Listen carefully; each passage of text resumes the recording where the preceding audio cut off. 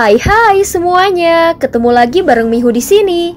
Oh ya, kali ini Mihu akan membawakan alur cerita Donghua yang berjudul Battle Through the Heaven. Mihu mengingatkan sekali lagi ya bahwa konten ini full spoiler.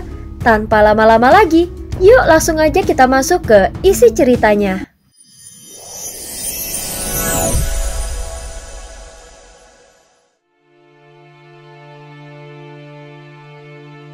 Melanjutkan dari kisah sebelumnya.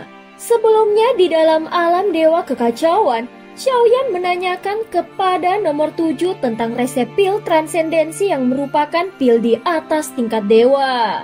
Aku sudah cukup memahami pil ini, karena sebelum dirimu aku sudah menghubungi beberapa ahli alkimia lainnya. Namun mereka hanya memiliki keyakinan sebesar 10% untuk berhasil memurnikan pil ini. Nomor 7 berkata lagi. Mendengar hal ini Xiaoyan pun mengerti. Faktanya dia bukanlah satu-satunya ahli alkimia yang pernah dihubunginya. Sepertinya kemampuan alkimiamu telah meningkat lagi dan kekuatan jiwamu mengalami terobosan. Nomor 7 berbicara terus terang tanpa menyembunyikan apapun. Dengan pengalamannya yang sangat luas, Xiaoyan memperlihatkan 3 pil ilusi mimpi yang dia murnikan sebelumnya. Nomor 7 langsung melihat keistimewaannya hanya dengan sekali pandang. Kalau dia tidak punya penglihatan tajam seperti ini, bagaimana mungkin dia bisa menjelajahi berbagai dunia? Meskipun Xiaoyan juga pernah memurnikan pil ilusi mimpi itu sebelumnya, namun warna oranye pada pil ini sangat berbeda dan lebih mencolok. Hal itu menandakan bahwa kualitasnya jauh lebih tinggi. Jadi kau benar-benar ingin memurnikan pil dengan kualitas yang lebih tinggi? Nomor 7 kembali bertanya dan Xiaoyan tidak membantahnya. Bahkan dia telah mengakuinya secara terbuka. Hal ini justru membuat nomor 7 lebih menghormatinya. Terlebih lagi sejak awal nomor 7 memang menghargai Xiaoyan bukan karena kekuatan, tetapi karena karakternya yang jujur dan terus terang. Baiklah, aku akan menjelaskan secara singkat tentang pil ini. Namanya adalah pil yin yang ibu dan anak. Pil ini memiliki efek yang sangat luar biasa. Setelah dikonsumsi akan terbentuk sosok tubuh lainnya. Ketika salah satu tubuh terbunuh, maka tubuh lainnya yang merupakan versi cadangan akan mewarisi seluruh kekuatan dan akan hidup kembali. Ucap nomor 7 menjelaskan perlahan tentang pil tingkat transendensi ini. Sehingga Xiaoyan terkejut saat mendengarnya. Pil seperti ini benar-benar pantas disebut pil tingkat transendensi dan merupakan sesuatu yang tidak bisa dimurnikan secara sembarangan. Dengan pil ini, bahkan jika seseorang kehilangan jiwa utama, asalkan tubuh lainnya disimpan di ruang penyimpanan, maka meskipun tubuhnya mati tetap tidak akan rugi apapun. Dengan begitu meskipun menghadapi musuh yang sangat kuat, setidaknya akan ada satu variabel tak terduga yang bisa memberi kesempatan hidup. Pil yin yang ibu dan anak sangat langka, serta dicari oleh banyak makhluk kuat dari berbagai dunia. Saat ini nomor 7 terus menjelaskan detailnya. Setelah mendengar efek dari pil ini, Xiaoyan akhirnya paham mengapa pil tersebut begitu diperebutkan.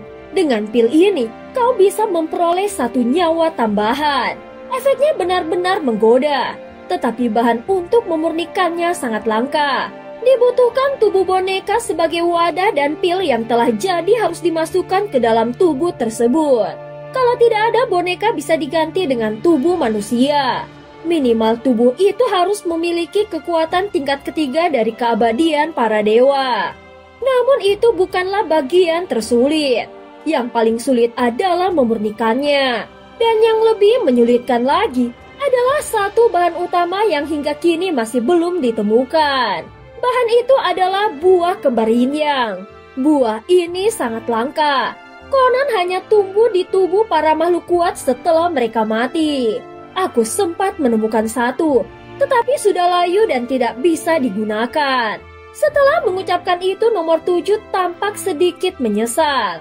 Pil ini memang sangat sulit untuk dimurnikan, bukan karena takut gagal, tetapi karena waktu yang dibutuhkan untuk membuatnya sangat lama. Kalau begitu, Memurnikan pil ini tidak cocok untukku. Saat ini waktuku sangat terbatas.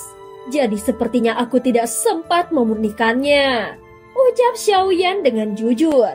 Dia menyadari bahwa prosesnya jauh lebih rumit dari yang dibayangkannya. Maka dia menolak tawaran itu dengan sopan. Memang benar pil ini membutuhkan waktu yang lama untuk dibuat. Tetapi sebagai imbalannya, aku akan memberimu 3 benda luar biasa. Apakah kau tertarik mendengarnya? Nomor 7 bertanya lagi. Saat mendengar ini, Xiaoyan pun terlihat penasaran. Pertama adalah kristal hukum yang terbentuk setelah seorang keabadian para dewa mati. Benda ini mengandung kekuatan hukum yang sangat murni. Kedua adalah cermin lipatan dimensi yang mampu membiaskan dan melipat dimensi sehingga bisa memantulkan serangan ke dunia lain. Ini bisa digunakan untuk pertempuran lintas dunia. Ketiga adalah sisa 3 tubuh dari klan Yuan Shen. Saat mendengar ini, hati Xiaoyan langsung terguncang hebat. Bagaimanapun, masing-masing dari 3 benda ini memiliki nilai yang sangat tinggi, sehingga sulit bagi siapapun untuk tidak tergiur setelah mendengarnya. 2 benda pertama masih bisa dimengerti, tetapi 3 tubuh klan Yuan Shen benar-benar tidak terduga. Xiaoyan tidak menyangka akan mendengar hal seperti itu. Dulu klan Yuan Shen adalah klan terkuat yang pernah ada. Namun tidak terhitung berapa banyak dari mereka yang akhirnya diubah menjadi boneka dan kemudian diperdagangkan sebagai alat alkimia. Kalau aku memang benar-benar bagian dari klan Yuan Shen dan melihat sisa-sisa klanku dijadikan sebagai bahan eksperimen, padahal aku adalah satu-satunya yang tersisa, bagaimana aku bisa menerima penghinaan ini? Pikiran ini membuat hati Xiaoyan terasa dingin. Dia bahkan tidak tahu apakah dirinya memang satu-satunya yang tersisa dari klan Yuan Shen. Imbalannya memang sangat menggiurkan, tetapi aku sendiri belum yakin bisa berhasil memurnikannya. Xiaoyan segera berkata secara terus terang, aku belum pernah memurnikan pil pada peringkat transendensi ini. Kalau kau benar-benar ingin aku yang membuatnya, maka sebaiknya kita sepakati bahwa peluang keberhasilannya tidak tinggi. Jika terjadi kegagalan, kau harus bisa menerimanya. Namun buah kembar yin yang itu sepertinya kau harus mencarinya sendiri.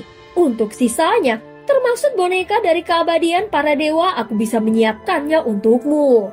Xiaoyan melanjutkan kata-katanya dan tidak memberikannya harapan. Soal waktu tidak masalah.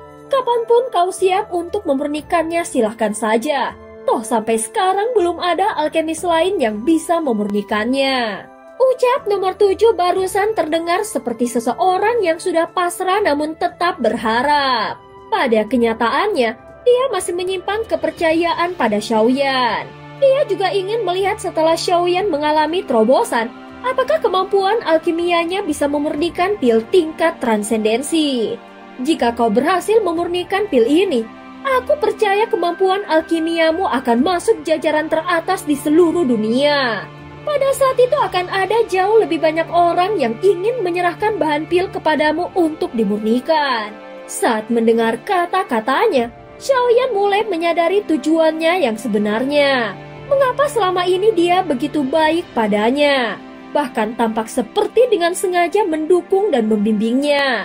Dia bahkan tidak segan mengorbankan sumber dayanya sendiri. Ternyata semua ini adalah bentuk investasi agar Xiaoyan menjadi seorang alkemis yang benar-benar hebat. Walaupun Xiaoyan tidak berada langsung di bawah perintahnya, namun dalam arti tertentu dia sudah menjadi salah satu sumber daya alkemis pribadi milik nomor 7.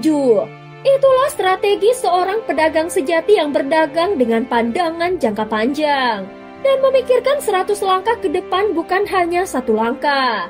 Sumber daya yang dulu diberikan nomor 7 kepada Xiaoyan sebenarnya tidaklah berarti besar bagi dirinya.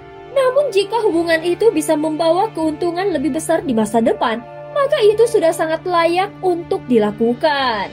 Xiaoyan sendiri bisa masuk ke alam dewa kekacauan bukan karena keberuntungan, tetapi karena bakat dan potensi alaminya. Maka untuk menjadi alkemis tingkat tinggi hanya soal waktu. Jika suatu hari Xiaoyan bisa meracik pil tingkat transendensi, maka semua investasi yang pernah dikeluarkan nomor 7 akan terbayar lunas, bahkan bisa kembali berkali-kali lipat. Lebih dari itu, dia bisa menciptakan nilai yang jauh lebih besar lagi. Bagi Xiaoyan sendiri, ini bukanlah sebuah kerugian, melainkan hubungan saling menguntungkan. Di antara 3 imbalan yang ditawarkan, justru 3 tubuh klan Yuan Shen yang paling menarik perhatian Xiaoyan. Jika avatar Yuan Shen-nya bisa memperoleh lebih banyak darah murni klan Yuan Shen, itu akan menjadi hal yang sangat luar biasa. Ketiga tubuh ini bukan hanya berasal dari klan Yuan Shen, tetapi juga membawa darah murni di dalam tubuhnya dan belum sepenuhnya diekstraksi. Hanya dengan memikirkannya saja, hati Xiaoyan terasa sesak. Siapa sebenarnya orang yang memiliki kekuatan seperti itu dan rela mengorbankan begitu banyak sumber daya demi satu pil yin yang ibu dan anak ini? Xiaoyan berpikir di dalam hatinya dengan ekspresi yang sangat dingin. Dan cerita pun berakhir. Terima kasih udah dengerin Mihu dari awal sampai akhir ya. Oh ya, maaf ya kalau suara hujannya kedengeran. Sampai jumpa.